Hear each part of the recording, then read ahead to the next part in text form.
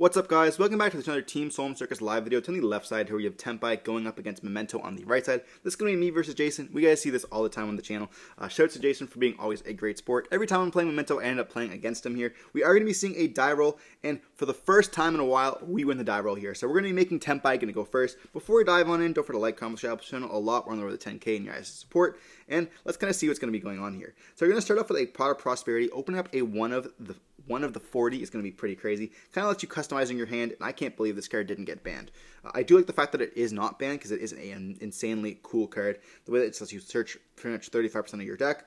And we do see a Terraforming Jinroku Shifter, Magnamut, a Forbidden Droplets, and a Kaiman in that there. So letting us see what they search for kind of indicates what they're going to be, having in their hand. And we see them search for a Terraforming. Now, this would lose a little bit more to Droll, but honestly, the whole deck kind of at that point would lose to Droll. We're going to see them search for the new super field spell here. We then activate the summoning, and that's going to allow us to search our deck. And we now know we can never get shifted. So we're going to see a Pydra being searched. And then we normal summon the Pydra, activate the effect there, and we do say think on this, which we can't really do. And we do, we say nothing. We say nothing. We reveal an imperm for absolutely no reason there. That's going to be finally resolving. That's rough. But putting in the mind game saying that you have imperm, I need to remember that they can't be. I always think that they're affected by monster effects, but they can't be activated effects, which is kind of rough.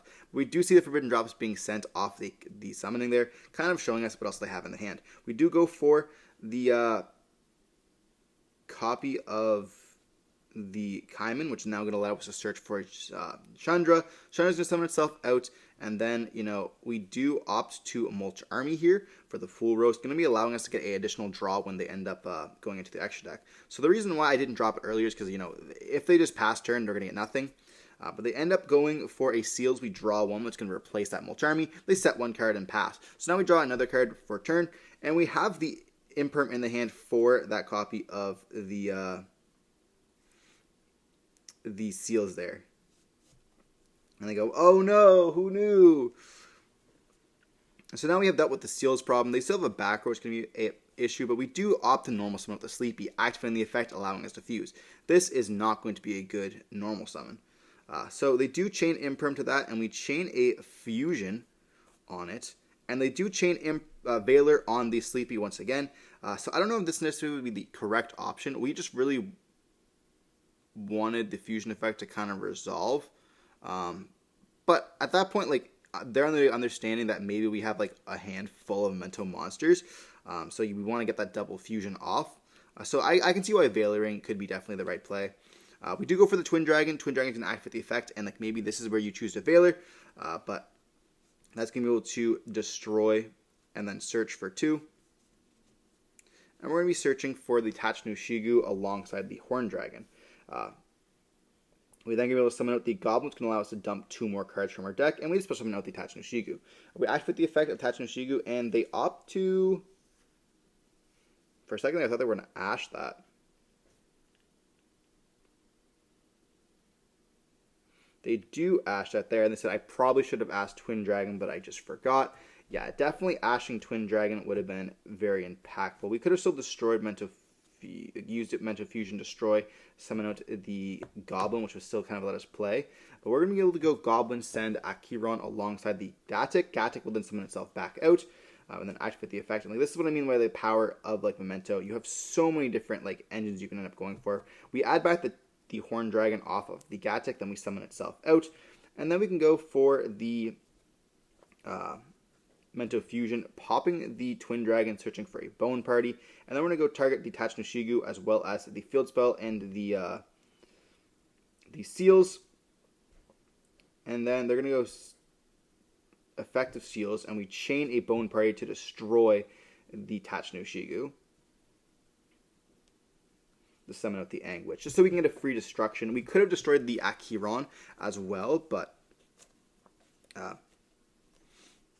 we're then going to see which, as well as Acheron, going to be able to summon itself out. And the reason why I didn't really chain anything to why I didn't want to destroy the bone off the Akiran off Bone Party because I can just destroy it off of the Anguich here.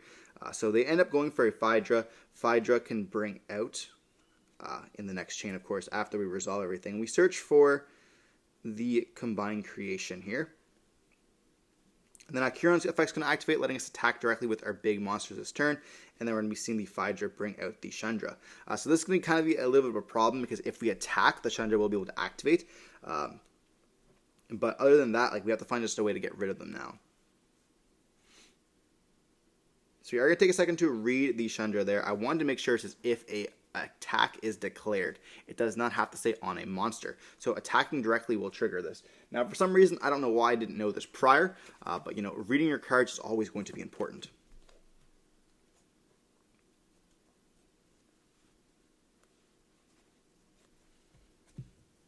So we are kind of looking at what we can do. We do go Anguich, target the Goblin to summon itself out, just so destroying the Akiran, just so we can add back the Memento Fusion to our hand.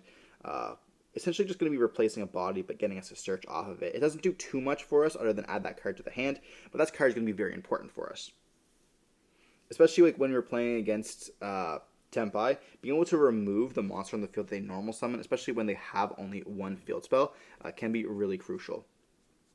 So like if they end up drawing into like a Phaedra or whatever, we can destroy the Phaedra or destroy the Chandra before it gets to make an attack. And then that's going to allow us to kind of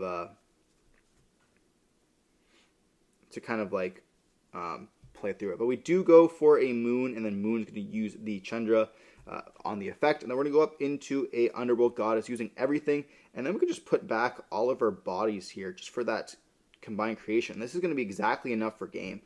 So we end up taking that game that way, and their top deck was going to be a Chandra. That's kind of the importance of what I was telling you. We had normal summon of the Chandra if we wouldn't have had game, and then we would have been able to go Fusion Effect using the cards in the graveyard, perhaps, to go up into the Creation King, and then Creation King and pop the Chandra there, kind of allowing us to make it so that they can't go battle phase and get that effect to summon out another one. So that's kind of like the power of like why you want to add back those cards. You don't always have to use them. It's just like if, you know, they had something else, or if you can't find a way to get to the to game, you want to like play correctly, which is just kind of more important to note that you don't always have to see the cards. You just want to have the goal to get to it. But we could have just linked away there, you know. But it wouldn't have been necessarily proper. Like, yeah, we could have just been like, oh, well, if he goes for game, he has no cards in the hand, so just go for game. But I still like having the core like thought process of, you know, if you do it correctly all the time, then you won't ever forget like the little interactions like that. But that's ultimately just how, you know, up to a personal preference. Like, you guys don't have to necessarily do that. That could be a very stupid reason. Some people may like, why would you even do that? That's wasting time. That's slow playing. You know, just go for game. You have game on board. You have no cards in hand. But like, you can just misplay and then have nothing. And then obviously, you know, you end up needing it. And then like, oh, well, I misplayed. I was rushing and I misplayed. And I didn't add back my card because I thought I had OTK and I just didn't. And then like, you're just screwed. So I really like to just go for the safer play.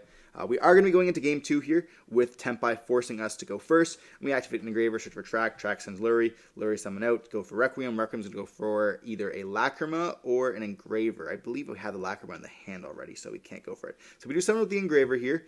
And at this point, they're like, huh, why no Lacrima? But the Lacrima was in our hand all along. So opening up Engraver and Lacrima is not obviously the best, clearly, but it can still work. We do normal summon out the Lacrima. No effect. We are only playing 2 Engravers, by the way.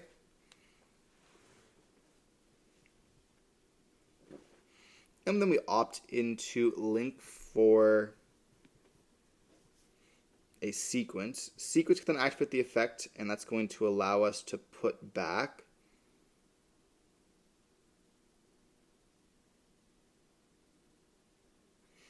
and we summon out the Aerial Eater. Aerial Eater can then dump from the deck a copy of Goblin, and they opt to Ash this, saying like, okay, you have no access to Memento, have fun. You can't get a Desiree now, but we can make a Caesar. We're going to put back to summon out the Engraver, and they do nib us on this summon as well. So yeah, so we're not getting anywhere further. No Caesar, no nothing. We ask where they want. They go, I don't care, in defense position. And that's going to be kind of rough. You know, Ash Nib, when you don't have any Memento cards, definitely hurts. We're going to set one card, and that's just going to be a pass turn from us. Yeah, I mean, we still have the Fiend cards to play during next turn if we get a next turn, but they do normally summon out a copy of Pydra. We choose to Valor that, and they activate Prosperity once again, opening that 1 of in 40. Like custom hand picking over here. We see a Shifter, Nib, not the greatest, a Kaiman, as well as a Genroku and a Terraforming there. So we kind of have like 3 options we can add. We can either add the Terraforming, the Genroku, or the Kaiman. Now we already have gone through a Pydra, so we're most likely not going to be adding the Genroku to the hand. And then going for the field spell here, it allows us to, if we don't kind of succeed this turn, we'll always have the next turn available to us if we get like Ash, for example. We do see the staple of Raigeki destroying just a Nib token this time, and they do the Terraforming, searching for the summoning. They activate it, and we do chain the Ghost over here, and this is going to be where they're like, oh. So unfortunately, the play might have been correct in the mind, but the hand trap that we had was just a little bit less of the normal one. You know, Ash is in everyone's deck. Obviously, maybe even Impulse as well. I guess Impulse, it would be Purge in this case, but they do go up into a Striker Dragon, letting us now go up into an SP. SP is going to be banishing the Trap card. They have no idea what the card is, so obviously hitting the back row is going to be kind of important. And most likely there's going to be a Floodgate as well, or maybe a Bone Party, letting us get kind of summon out more bodies. And we do opt to go up into a sequence during the end phase by returning the Lacrima. Now, this was a little bit of a misplay, if I do recall, because we should have put... I guess we can't. We have to summon out the sequence there. We have to go up into a Requiem now. But, like, our hands aren't going to be crazy. This is where, like, the game gets into a state of, like, okay, who has the better draws? What can we go for? We don't have anything really nice for us. And by popping or getting rid of that Trap card, which I didn't know what it was, if we had a Bone Party and a Memento Monster, we would have just been going in hand. Like, they know we have no Memento Monsters in our hand at the time. So they kind of can't really go for that. We do go up into the Requiem, which now go up into Lacrima. Lacrima is going to be dumping the second copy of Engraver. We now have all of our Feast with cards in the graveyard other than Lurie here. We're going to go Engraver, putting back the Requiem to summon himself out.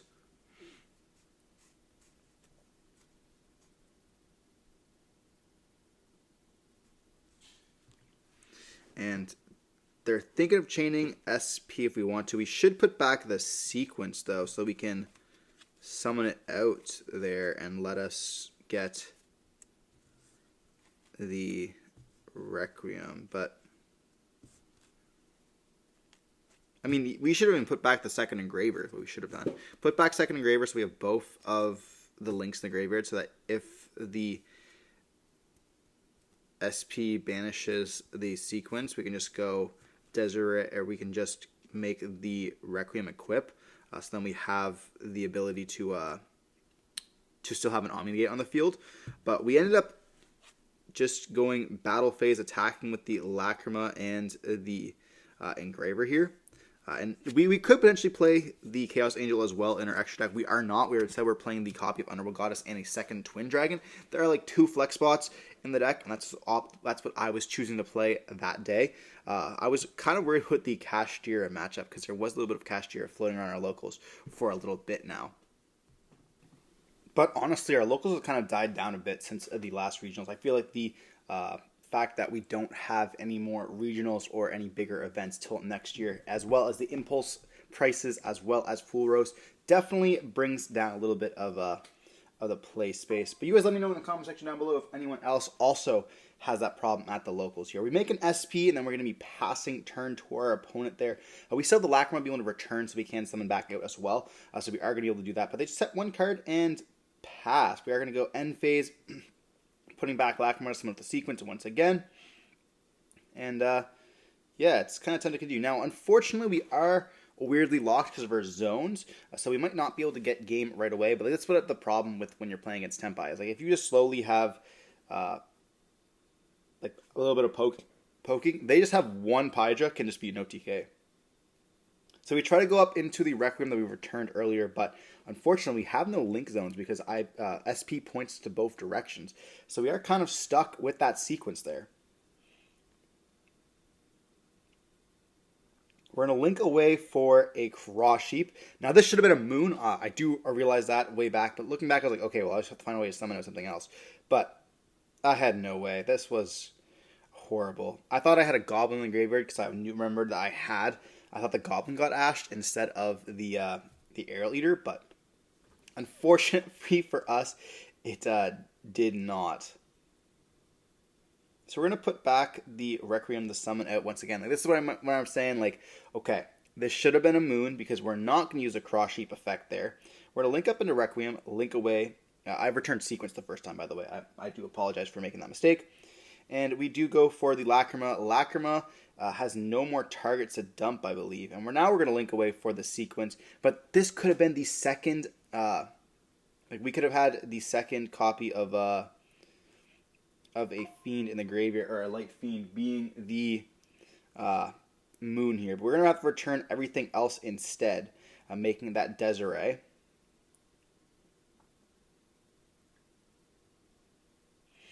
And we can normal summon the Gaddock, and then we link those away. We don't have an SP anymore, so that's going to be another problem as well. So having the Gaddock, like, when we get into the grind games like this, I'm horrible at playing, I'll be honest.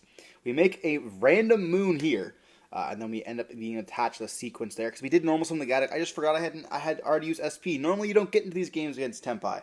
We go Battle Phase and attack, and bringing them pretty close down to game. We will only have one more turn. They have one last chance of being able to OTK us here, and we have a Desiree, which is going to be pretty nice protection.